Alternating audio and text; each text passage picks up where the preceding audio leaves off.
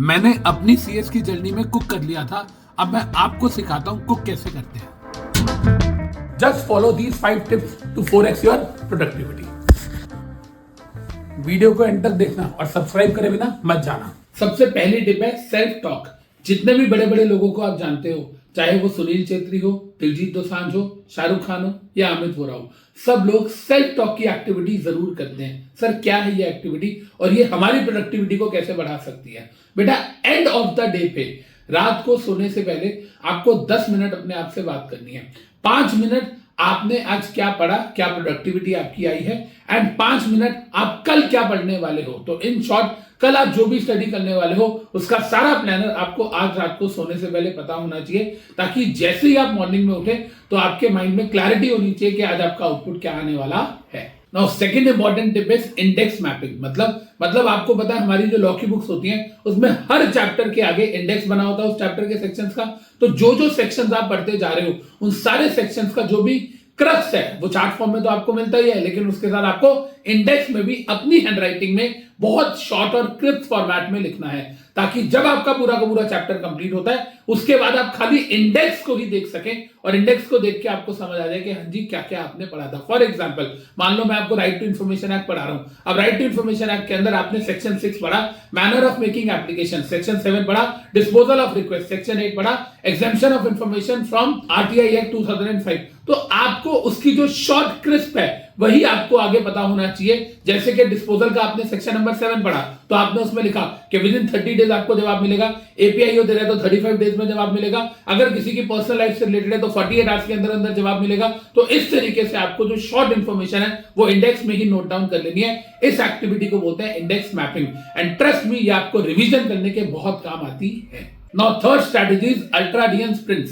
Sir ये क्या होता है? आपको पता है हमारा जो ह्यूमन माइंड है वो बहुत ही हाई इंटेंसिटी पे परफॉर्म करता है स्टार्टिंग में। मतलब ये कि स्टार्टिंग के 90 मिनट्स के अंदर जो आपका आउटपुट है वो आपका नेक्स्ट 90 मिनट्स में कभी भी नहीं होता। तो 90 मिनट की पढ़ाई करने के बाद आपको 15 मिनट का ब्रेक लेना है। This will definitely increase your efficiency और इससे आपकी रिटेंशन बार भी बढ़ने वाली है। तो हर 90 मिनट्स के बाद आप 15 मिनट के लिए उठ के वॉक कर सकते हैं, अपनी बॉडी को स्ट्रेच कर सकते हैं। लेकिन अगर आप सेल्फ स्टडी नहीं कर रहे हैं, रीडिंग नहीं कर रहे हैं और आप लेक्चर देख रहे हैं तो ये 90 मिनट्स जो है ये 150 मिनट्स पे जा सकते हैं। इसका मतलब 150 मिनट्स लेक्चर देखने के बाद आप 15 मिनट का ब्रेक ले सकते हैं, क्योंकि लेक्चर देखते हुए आपका जो माइंड है उसकी जो उसमें कंटेंट जा रहा है, जो ग्रास्पिंग हो रही है वो सेल्फ रीड से कम हो रही है। इसलिए 90 मिनट्स की जगह 150 मिनट्स पे भी आप ब्रेक ले सकते हैं अगर आप लेक्चर देख रहे हैं तो कहने का मतलब क्या हुआ? अगर मैं आपको बोलूं सेल्फ रीडिंग कर रहे हैं, सेल्फ इवैल्यूएशन कर रहे हैं, सेल्फ एनालिसिस कर रहे हैं तो 90 मिनट के बाद ब्रेक लेना है, और अगर आप लेक्चर देख रहे हैं तो 150 मिनट्स के बाद मैक्सिमम आपको 15 मिनट्स का ब्रेक लेना है। Tip number 4 is active recalling. Sir ये क्या होता है? अब मान लेते हैं कि आप मेरा 90 मिनट्स का लेक्चर देख लो या आपने रिकॉर्डेड फॉर्मेट में 150 मिनट्स का लेक्चर देखा। अब बेटा आपने जब वो लेक्चर देखा तो आपके दिमाग में चीजें हैं। अब आप उसको अगर उसी टाइम पर रिवाइज नहीं करोगे तो आपको बाद में रिवीजन करने में टाइम ज्यादा लगने वाला है। मतलब आप एक चीज समझिए, उसी टाइम पर आपको क्या करना है, उसका ऑडियो नोट यानी कि उसका वॉइस नोट बनाना है।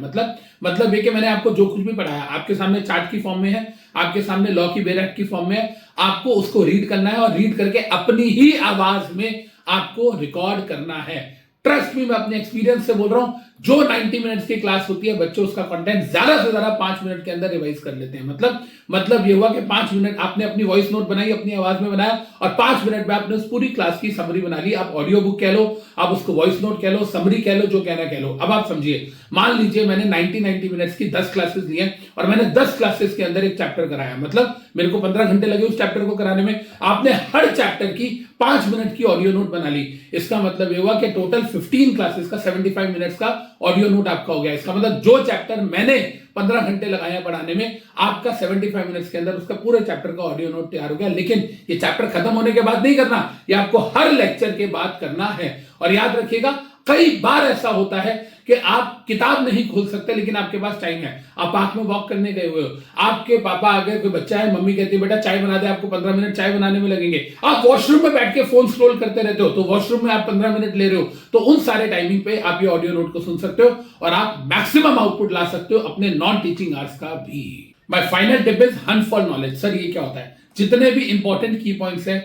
जितने भी टेक्निकल वर्ड्स हैं, जितने भी इंपॉर्टेंट केस लॉज हैं, उन सबको आपको अंडरलाइन करना है एंड उन सबको निमोनिक्स की फॉर्म में उन सबको आपको कोई ना कोई अब्रिविएशन बना के याद करना है। जैसे कि फॉर एग्जांपल हमारा आरटीआई एक्ट का सेक्शन नंबर 8 हो, या हमारा जनरल मीटिंग के आइटम्स हो, या हम लोग जब पढ़ते हैं सिविल प्रोसीजर कोड की पावर्स, तो हम इसकी अब्रिविएशंस बनाते हैं। सर सिविल प्रोसीजर कोड में क्या पावर्स होती हैं? DAPIS, DAPIS, discovery and production of documents, oath on affidavit, access to public record, issue inquiry commission, summonizing and enforcing attendance.